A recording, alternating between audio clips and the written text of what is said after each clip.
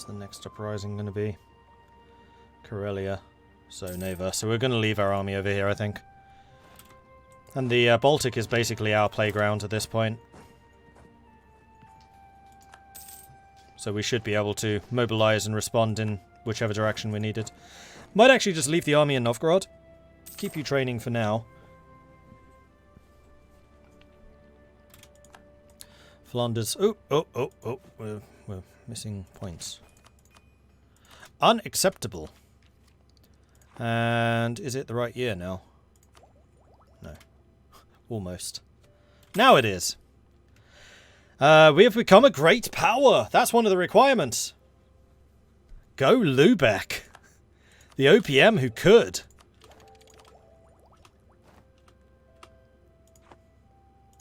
And we have a new government reform. Aww. Oh, it's not raised the black flag. It's the Board of Admirals. Why can't I get this? Oh, we need to have completed naval ideas. Reduces yearly Republican tradition, though. That's a bit horrible. Our nation lives and dies on the ability to project power on the sea. To that end, we've handed over the reins of government to the Board of Admirals, whose members are experienced and patriotic beyond reproach. Disables elections. What do you need Republican tradition for, then, if you don't have elections? Admiral becomes the ruler when the current ruler dies. Do you choose which admiral? How does this work?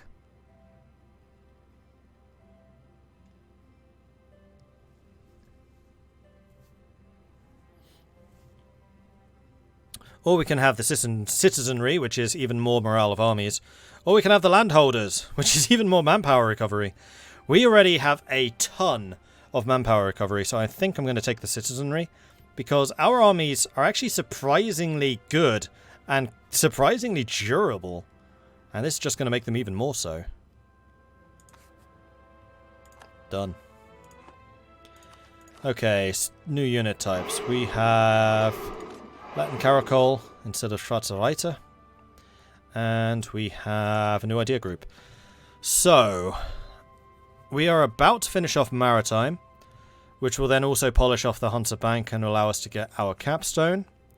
And we are now basically free to go in whichever direction we want. So, options. Trade ideas will let us make even more money. Quality ideas will make our navy better. Naval ideas will make our navy better and also allow us to get the Board of Admirals. Maybe. Expansion would allow us to start going colonial. Innovative would allow us to actually make use of all of our crazy amount of innovative ideas.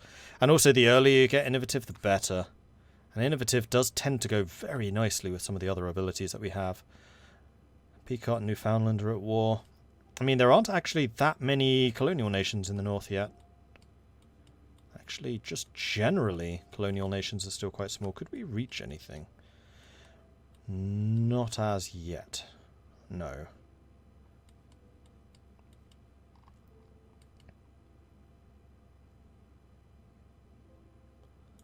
Are there any islands left? Nope, Caribbean is now completely finished. So we'd have to get over here.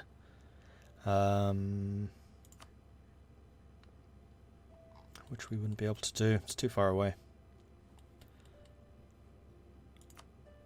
Greenland. Could we not reach Greenland? It's actually even further away. Interesting. So we would basically have to go after Iceland. Speaking of Iceland, we have an Iceland.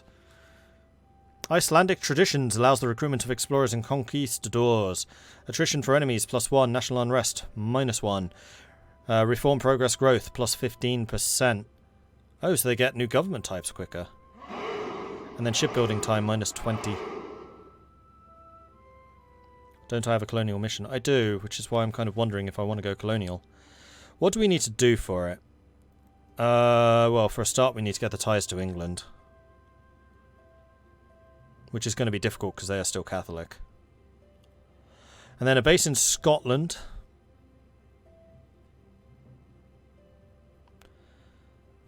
We either need to take these territories from Scotland, which will mean a war against Scotland and France, because I believe Scotland is still independent. Or we need to get them into our trade league, which means they have to be an OPM. Secure North Sea trade. Lubeck needs to be the strongest trade power in the North Sea. That's doable. Newfoundland. All provinces in Newfoundland must be Lubeck. Oh, cool. This creates a new centre of trade.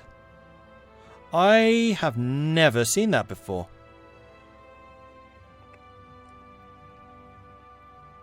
Where's Avalon? There. So we get a new centre of trade on Avalon. Huh. And then New Lubeck. Must own Manhattan. Oh, you bastards, Paradox. That's New Amsterdam, not New Lubeck. Crikey.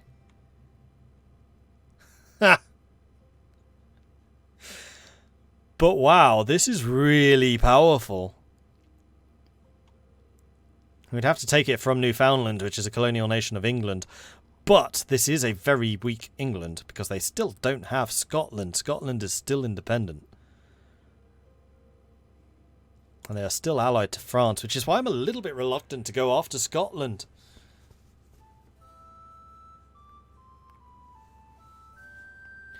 Oh yeah, I know there are ways of getting colonial range. That I have no problem with. I think it would be easier just taking Iceland. Possibly vassalizing them, but either way we can use Iceland as a jumping point. So getting to Canada I don't think is going to be an issue. That's not what I'm concerned about.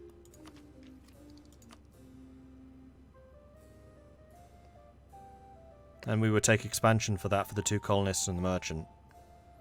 As opposed to exploration, which does have the naval force limit.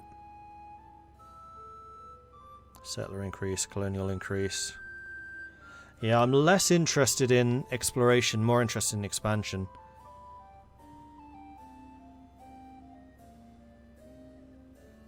Since you have constant manpower problems, quantity not a better idea. Honestly, Arutha, I don't have constant manpower problems. It's just because I fought a series of long, fairly attrition-heavy wars. The manpower issues will be easily solved just by building more training grounds, which I don't have any of. Not worth taking a whole idea. We have other things I would rather do.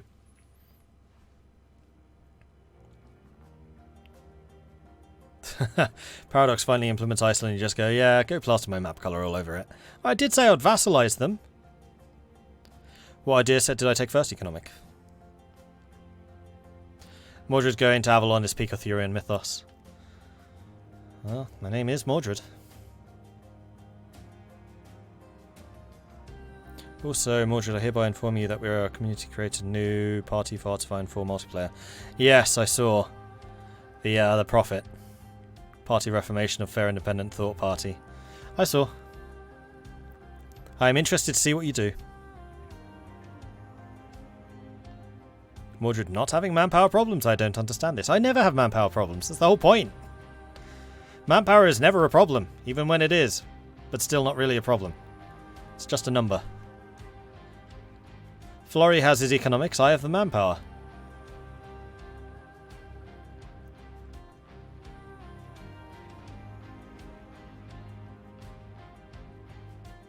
No manpower means no manpower problems. Exactly, there's nobody left to complain. It's the perfect situation. Could I ask why I took economic? Absolutely. So, I almost always take economic first. I really like it. I consider it probably the strongest idea group. With a side note, for the way I play. I am not a particularly military player. I am definitely not expansionist. I much prefer playing Tool. And economic just suits tall nations very, very well. There are a couple of reasons for that. Firstly is their capstone. It reduces the development cost by 20%. So you basically save 20% monarch points whenever you're developing provinces, which means you can develop 20% higher. Effectively. Or you can spend it on ideas or whatever. It also has cheaper construction, which means you can build more buildings, and you get more building slots when you have higher developed provinces, so those two just go hand in hand. And then I am usually, except apparently when playing Holland, pretty good at leveraging loans in order to achieve whatever objective it is I am doing. Usually my economy is pretty good, it's pretty robust, and that is just doubled down on by the National Bank, which reduces inflation, which basically means you can take loans and then pay off the inflation cost over time without having to spend points doing it yourself. It's just a constantly ticking decrease on inflation. So you can be a little bit more blasé about taking loans. And then also, going with that, you have the debt and loans ability, which reduces interest. So when you do take loans, the amount of interest you're paying is reduced by 0.5. So you can take more loans and it doesn't affect your economy as much, allowing you to reinvest the money from the loans in stuff like marketplaces, temples, workshops, centers of trade, lightships, all kinds of things like that, which is what we've been doing here. I still don't like having loans just for loans' sake. That's definitely not how I play. Other people do. But I do like leveraging the flexibility that loans allow. So economic is just very good for that style of play. Then Plutocratic I took partially because it goes very well with economic. If you have both of these, if you hover over the name, you can see the policies. And down there towards the bottom, you've got the formalized scales, weights and measures, which combined with economic, so when you have Plutocratic and economic, you get access to that, gives the national tax plus 10 and more importantly the yearly Republican tradition of 0.2. Republican tradition is effectively how often you can re-elect the same ruler, and every time you re-elect a ruler, their stats go up by 1. So this guy at the moment, Syndic Egbert Goslar, is the best ruler you can possibly get with the 666 in all of his stats, which means I get a lot of monarch points, which means I can then spend more on development and ideas and technology. And is generally how I like to play republics. Just get the Republican tradition as high as possible so I can keep on re-electing people. Plutocratic is also probably one of the best balanced between military and economic. It gets you merchants, it gets you trade power, but it also gets you mercenary bonuses, which if you're a very wealthy nation, like I am, you can use more mercenaries, and also more morale of armies. So your armies can stay in fights longer than they otherwise would. And it does allow you to become competitive against nations like Brandenburg or Bohemia, and at least stay in the fight even if you don't necessarily win them all.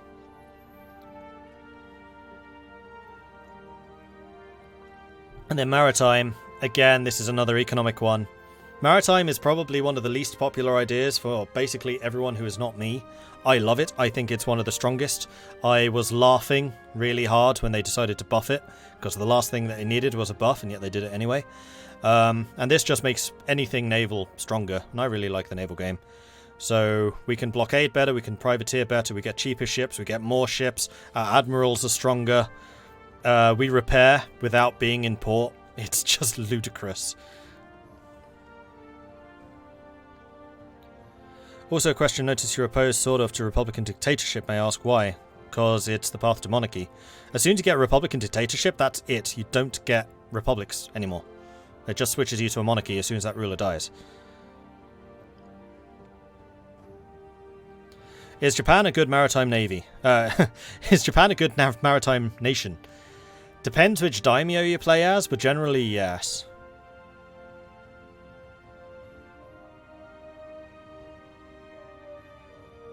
Yeah, so the thing with the Republican dictatorship is if it goes below 50, you start getting really hefty events.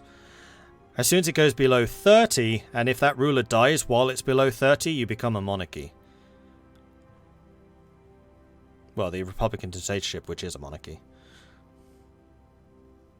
Or maybe it's you become a Republican dictatorship when it's 30, and then if he dies while it's still below 30, then you become a monarchy. It's something like that. But anyway, if you let Republican tradition drop below 50, you are basically going to become a monarchy.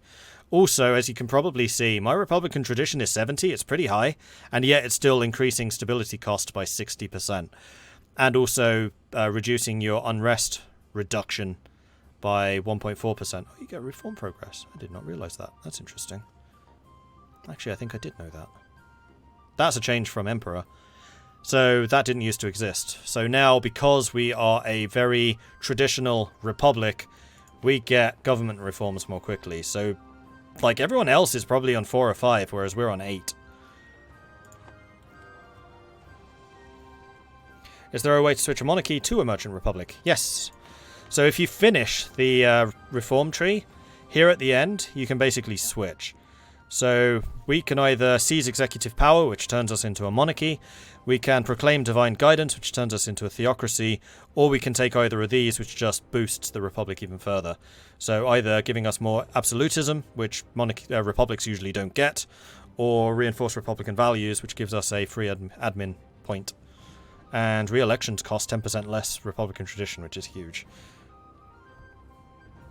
The only good republic is the Dutch Republic. I disagree with that. I think that the Dutch Republic is kind of crap now.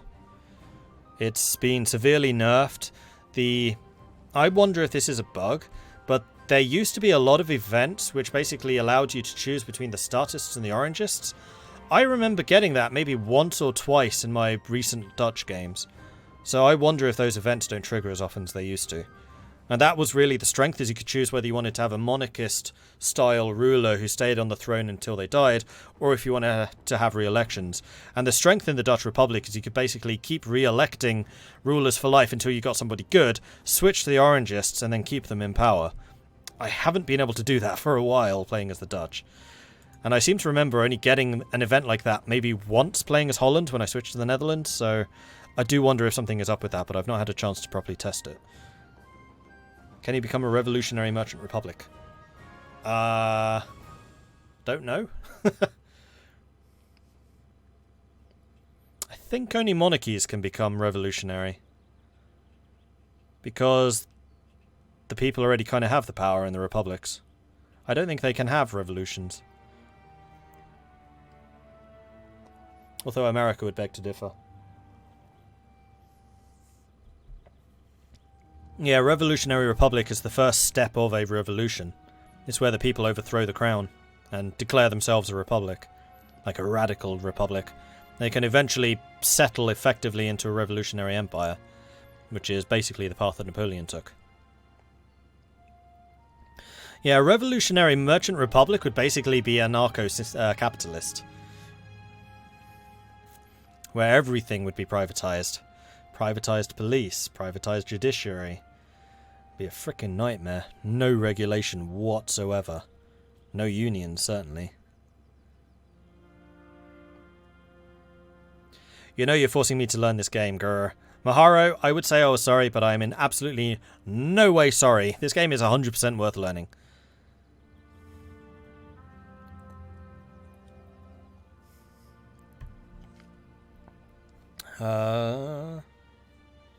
Sorry, we've had a bunch of people following and I didn't realise. Jonas Creek, Boy John, Igorus, Volaloid Fan, thank you very much for the follows, welcome to the channel. And then Z++, this one's for you. And Locker Murphin, this one's for you.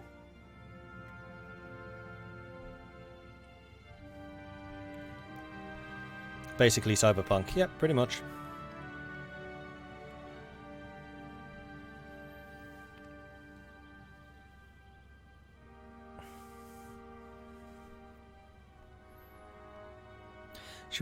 You should compare Mordred's playstyle with that of Florio Rumba.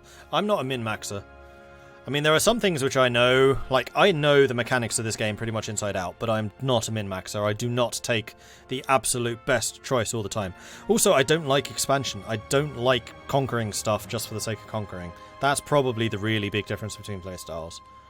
I'm perfectly happy settling in a small nation about this size and staying this size, and then basically just trying to throw my weight around against other countries to maintain status quo. That is actually my favourite way of playing, is I like trying to maintain the map as it is. I like playing as kind of the power broker. Different people like these games for different reasons. That's cool. Doesn't affect me.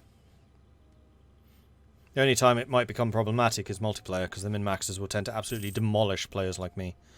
Although, if we know the game well enough, we can hold our own. Or if we play the diplomatic game well enough, we can hold our own. And that's one thing I have noticed, is the less min-maxy players tend to be much better at diplomacy. It is clear the Pope is no longer infallible. He has proclaimed that colonial Colombia be the sole domain of France. Military divided. Do we attack or do we defend? We will always attack. Is there any chance I'll do a CK2 series before CK3? Very unlikely. At this point, I am just waiting for CK3. I don't know what it is, and I'll be honest, like, I do like CK2, but I feel thoroughly burned out on it. I've done basically everything in CK2 that I would want to do.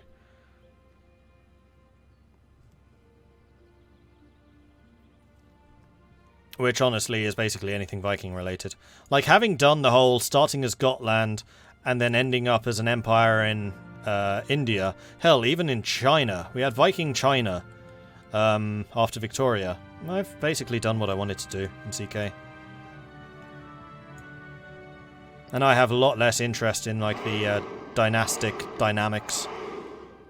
In CK, I kind of do everything which I hate in EU4. I do become a bit of a map painter.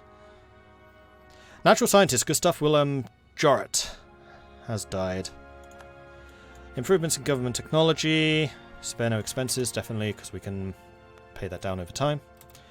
Saxony, the depletion of the European beaver. The demand for fur has been constantly rising throughout the Middle Ages, and increasingly colder climates has not done anything to change this lately.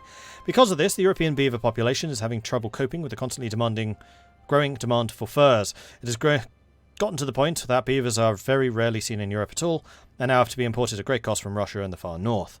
Price of fur goes up. Oh, hello. Oh, hello. Oh, hello. Cha-ching!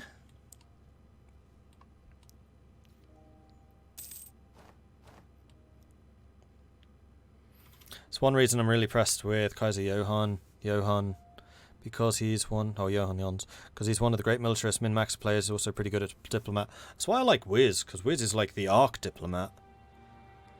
And that's actually one of... Okay, so I've got to say, in the weekend multiplayer, my favourite moment was brokering that deal with the Pope, and I'm sorry that I did not make more of that on stream at the time, because partially I had no idea if it would work.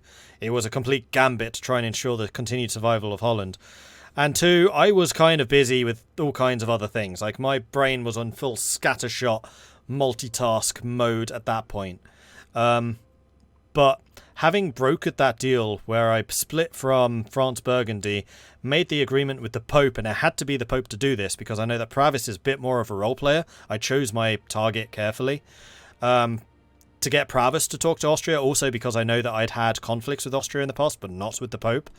And then got the Pope basically to put soft pressure on Austria to then guarantee my independence. And then the real test of that was when Florey attacked me and I went to Austria saying, look, I'm being attacked.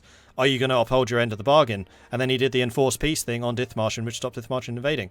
That was probably one of my favourite moments of that game. And I really wish that I'd made more of it at the time, but kind of busy.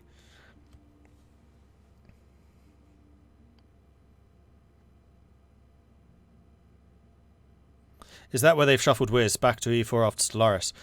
Nobody knows what Wiz is doing. He is still a game director. He is still working on an unannounced game. I would personally suspect it probably is EU5. But nobody knows for sure. Bit of a role player is dressed as the Pope. Yeah, that's what gave me the idea that he might be a bit of a role player.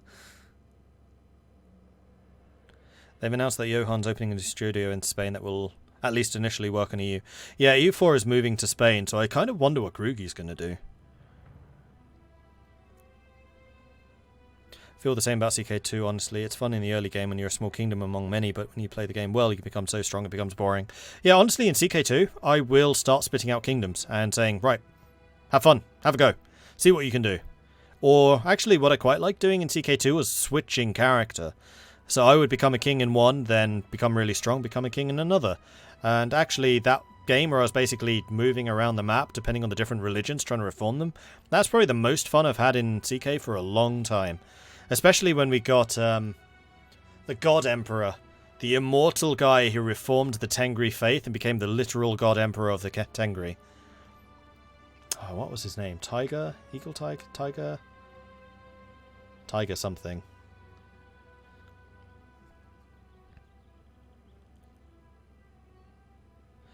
Grugi said he wouldn't move to Spain due to his hedgehogs, so he'll probably get moved around. And honestly, after Corona, I think that people are getting so much more used to remote working. There's a very good chance that people in Sweden will be working with the Spain studio, just not on site.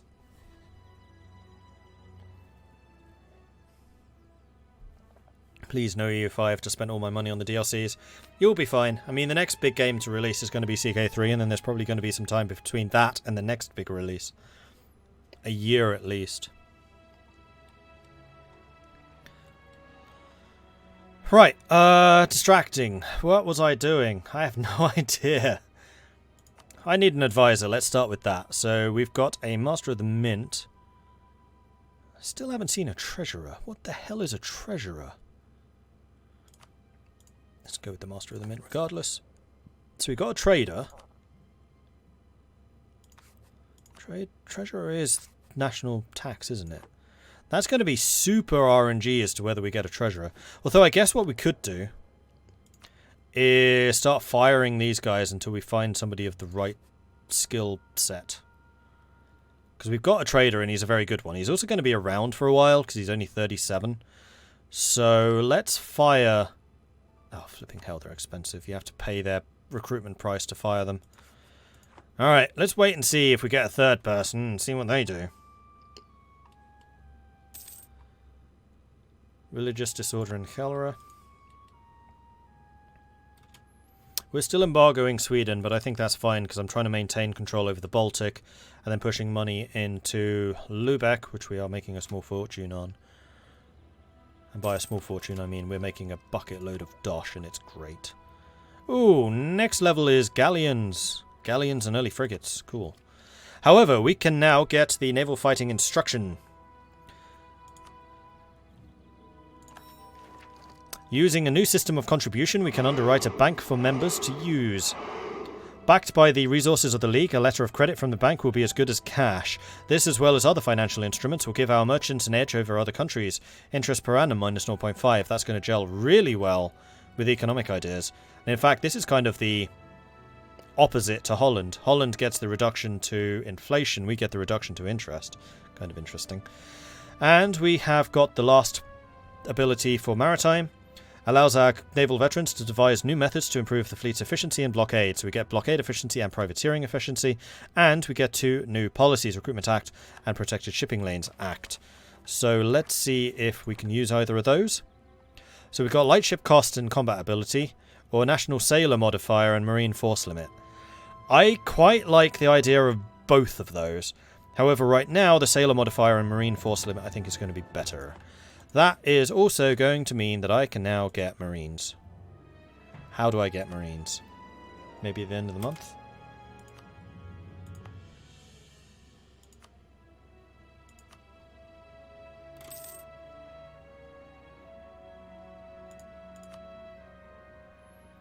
It's not a state recruitment thing. Ah, here we go. Marines. I can get 1. I can get a unit of Marines.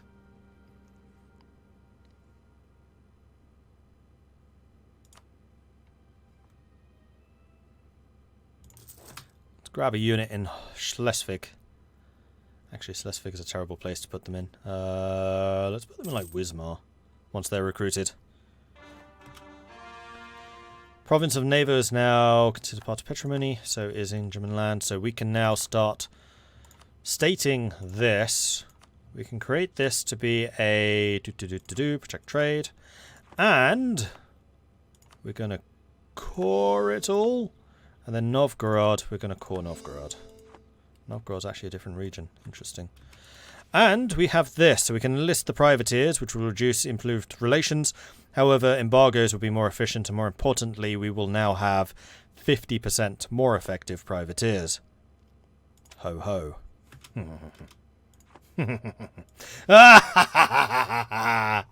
Excellent. And we can now probably get the ties with England.